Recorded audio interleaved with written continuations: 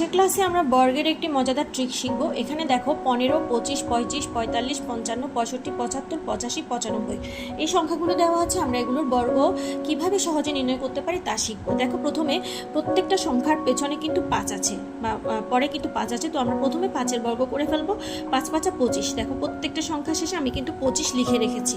এরপর এখানে দেখো 5-এর আগে আছে 1, এই যে 1 আছে এটার সাথে আমরা 1 যোগ করব। সেরকম 2-এর সাথে 1 যোগ করব, 3-এর সাথে 1 যোগ করব, 4-এর সাথে 1 যোগ করব। প্রত্যেকটা এই যে আগের অঙ্কগুলোর সাথে 1 1 যোগ করব। যোগ করার পরে যে সংখ্যাটা পাবো তাকে আমরা তার আগের সংখ্যা দিয়ে গুণ করব। যেমন এখানে দেখো 1-এর সাথে 1 যোগ করলে হয় 2, তাহলে 2-এর আগের সংখ্যা কি 1, তাহলে 2-এর সাথে 1 যদি গুণ করি আমরা পাই 2 একে 2। এরপর দেখো 2-এর সাথে 1 যোগ করে পেয়েছি 3, 3-এর আগের সংখ্যা কি 2, তাহলে 3-এর সাথে 2 গুণ করে পাবো 6। তারপর 3-এর সাথে 1 যোগ করে পেয়েছি 4, 4-এর আগের সংখ্যা হচ্ছে 3, 4 এবং 3 গুণ করে পেয়েছি 3 4 12।